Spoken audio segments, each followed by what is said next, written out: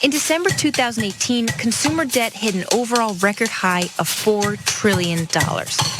Experts say a significant amount of this debt can be explained by what they call money disorders. That's right. NBC is arguing that if you are an average American and you've had to take out loans and rely on credit cards in order to pay your bills, it's not because the economy is rigged against you, it's because you have a money disorder. Let's watch. The average American, you could argue, has a money disorder. So many of us are struggling in our relationship with money. And then in the extreme, you have individuals who are engaging in very self-destructive financial behaviors. They know better, but they can't seem to do better. And it's having a significant impact on their mental health, their financial health, their relationships, their ability to, perform their work functions. So I'm just gonna reiterate what he said. They know better, but they can't seem to do better.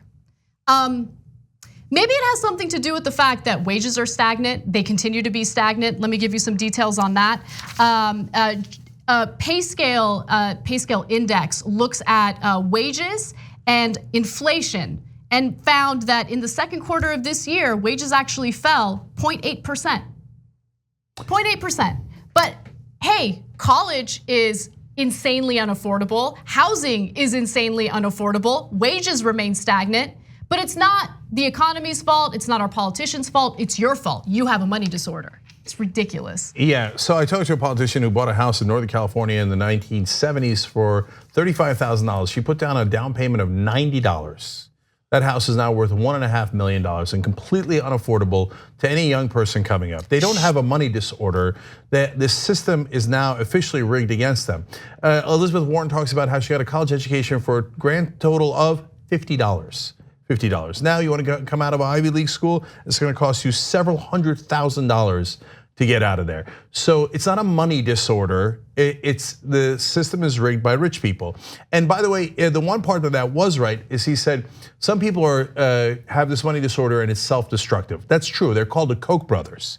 Okay, so they already have 40 some odd billion dollars.